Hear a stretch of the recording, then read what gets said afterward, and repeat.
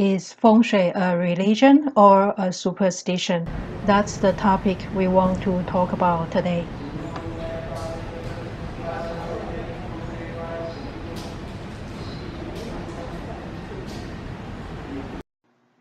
Feng Shui has its own theory based on the yin-yang and the five-element theory, and also the 9 stars or 7 stars. It depends on which school of Feng Shui you are following, and also He Tu, Luo Shu, Yi Jing, and other classical books, and also the timing system of the heavenly stem and earthly branches. The basic theory of Feng Shui is very similar or overlapping with some of the local religions, such as the Taoist and the Buddhist.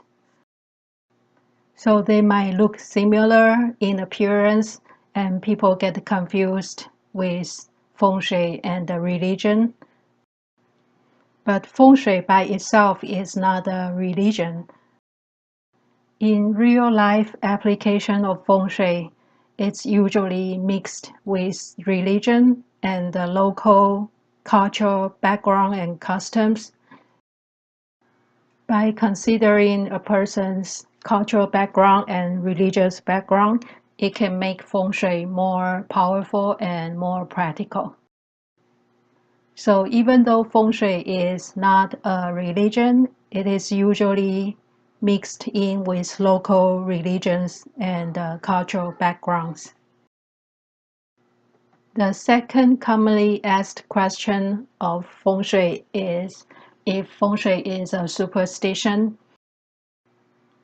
I think Feng Shui is basically a reference in designing or planning your life. With the help of Feng Shui, you can know your position in a certain time or place and know your goals and your potential for achieving your goals. If you just use it as a reference, it is not a superstition. But on the other hand, if you overuse the Feng Shui, it can become a superstition.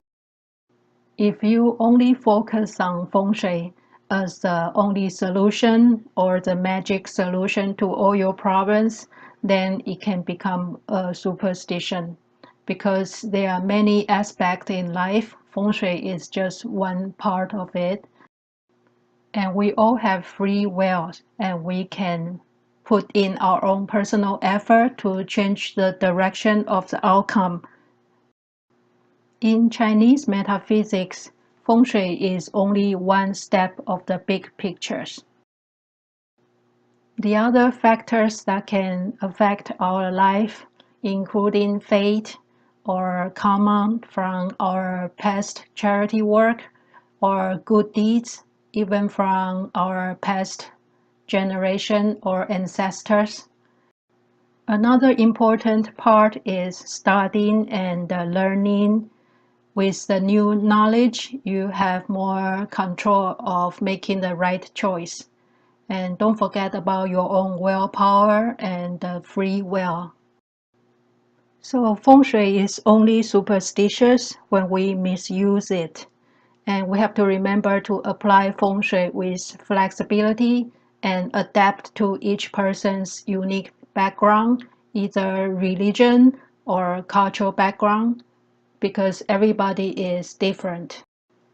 And don't be stuck on one detailed rule of Feng Shui, because there are different Feng Shui schools and different conflicting rules. If you need everything to be right and perfect, that's very difficult, and you will get stuck and forget about more important things. The point is to work on what you can change in your current situation instead of worrying about what you cannot do or what you are stuck with. Remember to move on with your life and put in effort in where you can have control. We all have a lot of choices. If you want to focus on the things you cannot change, then the Feng Shui can become a superstition and an obstacle for you. Feng Shui should be a tool about benefiting your life and not about being 100% right. And we all have the power to make Feng Shui as religious as you like or as superstitious as you like. Feng Shui can be a magical tool if you apply it with flexibility and with common sense. That's just my personal opinion about Feng Shui and religion and superstition.